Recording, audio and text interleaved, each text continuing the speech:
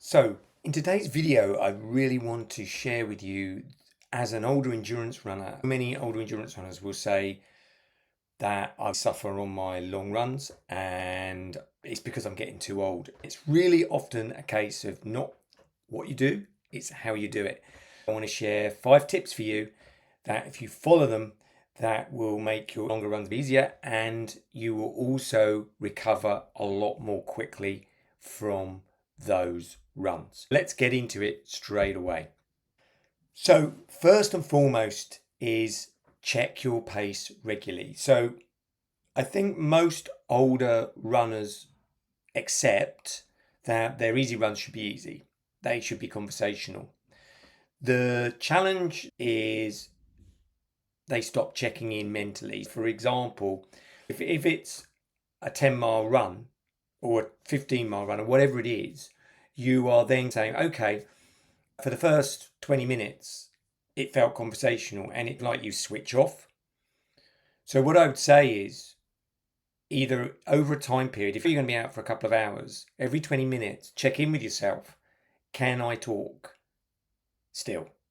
Because that gives you an adjustment. So if you're going by pace, that pace might be good at 3 miles. It may even be good at 6 miles. It may even be good at 9 miles, but it may not be so good at 12 miles. And it may not be very good at 15 and totally wrong at 18.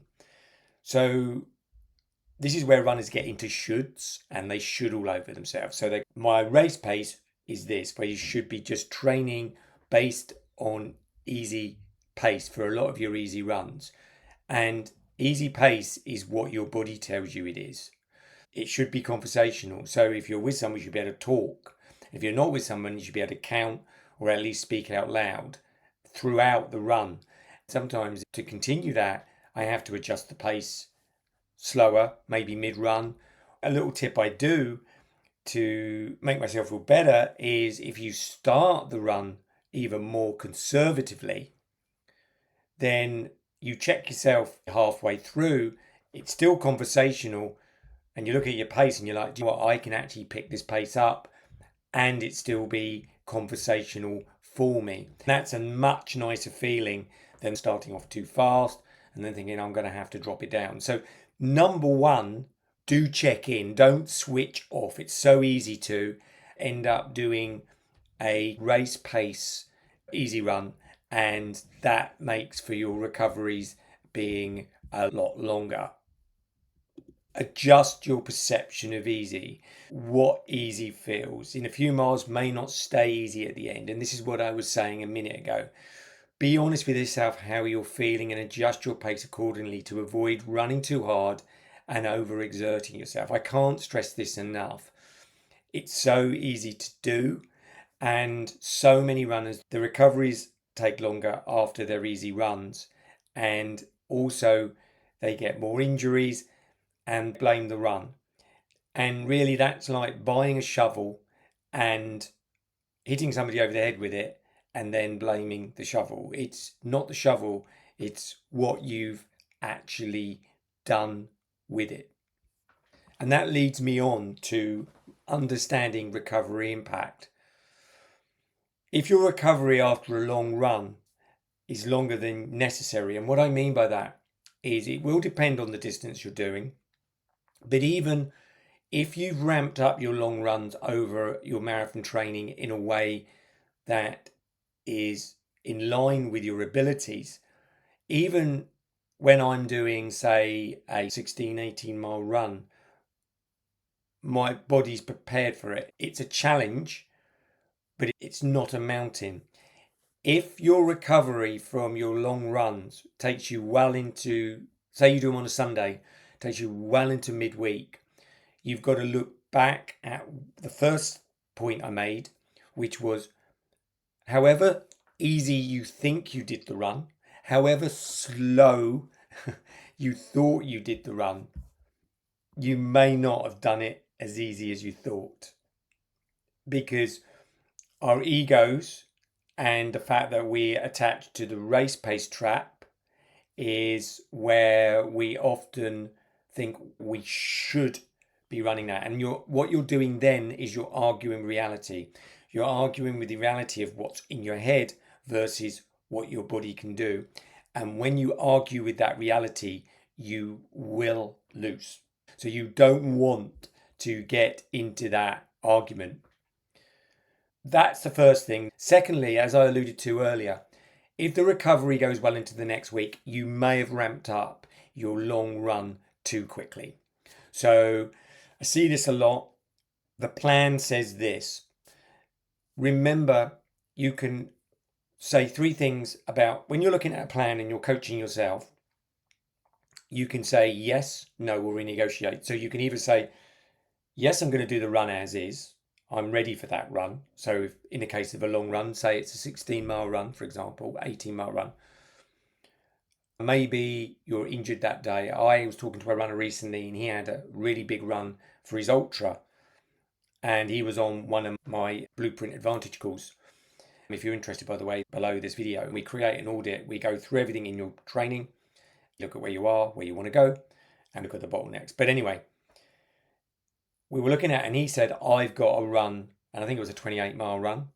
Now, everything he told me before that about the injuries and bits and bobs he had going on, I said you can say yes, no, or renegotiate. Either you can say no to that run and rest for that day. You can say yes to it, but in that case, or you can renegotiate. You can look at a different distance. So that's sometimes the option that you've sometimes got as well, that if your recoveries from long runs are long, then whatever the plan says, if the next week it says 2 miles more, but you've really struggled with the mileage you've done this week, then at the very least you stick at that mileage or maybe even drop down. And this leads into fueling smart. Don't overload on gels or excessive fuel during training. You have a dichotomy with fueling in training. I make a rather bad example when I'm talking to my runners about this, but this is the example. I drink a certain amount of coffees a day. My body is used to that amount of coffee. If I stopped for 2 weeks and then suddenly had a coffee, it would be like, whoa. The body would be like, really react to it because I hadn't had coffee for a long time. If I'd never had coffee, then that would be an uncontrolled situation. Fueling's a bit like that. If you don't rehearse at all in your training with fueling, then turning up on race day and not really knowing what your body can withstand. There's a lot of literature now about people being able to fuel in marathons a lot more than we used to perceive. However, it's true to say that you have to train your body to do that. Whilst at the same time, if you're going out for a long run and from the word go, you're piling in gels, like the coffee analogy, your body's just getting used to that level of sugar in your body. If you're doing your easy runs easy, imagine it like a car. Your car is going out on your easy runs. You should be using more fat. If you are running truthfully easy, you should be utilizing more fat and less carbohydrates. You should be running more efficiently, in effect. So you are using your carbohydrates up more slowly. Plus, a lot of training runs for a lot of runners are sometimes over 2 hours, but not always, or just over into 3 hours. So what's the sweet spot? The first thing is that you've got to do your easy runs easy so that you are not racing in training. The moment you go up a gear, you start to use more fuel and you do start to need fueling like you're racing. Assuming you are actually running your runs easy, the need for fuel isn't so high.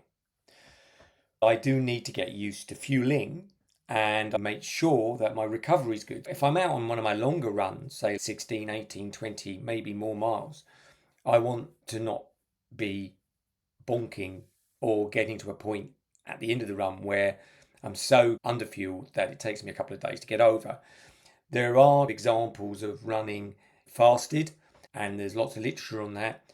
But I think generally for us older runners, the lemon isn't worth the squeeze in that area. If I'm running really easy, I take my first gel after 90 minutes. I wouldn't do that in a race. I would be taking gels a lot earlier than that because I would be running a lot harder and I'd be using my fuel stores a lot quicker. But if I'm running easy, I take it about 90 minutes. That means my body gets used to some fueling. And then after that, depending on how long the run is, maybe every 45 minutes after that. So obviously, I might only take one gel depending on how long the run is, or two gels. But that tops me up. That gets me used to the gels I'm using. It also means that I'm not overusing the gels in training. And it also means that I finish the run not too depleted so that my recoveries are better. Now, I'm not saying this is the perfect way. Like anything to do with intake of food, there is 101 different opinions. That is just my opinion on it based around my experience and trying to get the balance right, which obviously doesn't leave you any rehearsal for training, and that's what training is. Overfueling, like the coffee analogy, your body just getting flooded with sugar and used to it, and it has less impact on race day. What I've explained gives you a kind of sweet spot. Number 5. Now, this is a much overlooked area, hydration and electrolytes. As we get older, our thirst response diminishes. So when you get people saying drink to thirst, the thing I've noticed is when I'm out training, don't feel that thirsty, even in hot weather. This will change from person to person depending on how much you sweat. What I find is if I've got a Camelback with a tube or a bottle and I think I don't feel that thirsty, take a sip. It's like my brain then kicks into gear and suddenly goes, give me more. Then you're drinking to thirst because your body's now engaged. But before I put the liquid to my lips, I wouldn't have said I was thirsty. Now, why is this important? I think you have to discipline yourself to at least test. Even in winter, your hydration levels, particularly I've ran behind runners in the middle of winter who are running and they're sweating. If you are a high level sweater, then you've really got to look at your hydration and your electrolytes. Specific electrolytes here, you can take tabs, you can add it to your drinks. But what I see a lot in racing with runners is runners will blame a lack of endurance for their failures in marathons. They will often blame a lack of correct fueling. For me personally, and I've seen with other runners, the problem actually is with their electrolytes or hydration or both. Because they're dehydrated or lacking electrolytes, their body closes down, then the fuel won't go in. So the thing that they're aware of, the cause and effect, the primary cause is lack of hydration and electrolytes. The effect is feeling tired and not being able to take in fuel. So they then think the two things that were wrong was either my fueling and my fitness or both. Very rarely for us older athletes do we think about our hydration and electrolytes. Some think about hydration, very few think about electrolytes. Precision Hydration, I'm a big fan of Precision Hydration. I'd look on their site. They have some really interesting articles around that and a little test you can take to see what level of sweating do you take. I tend to use their tabs. I put them for London Marathon. What I did, and London Marathon in 2025 was hot. What I did for that was I had a tube with liquid in it and I was drinking from the drink stations, taking drink, throwing some water over me because it was hot.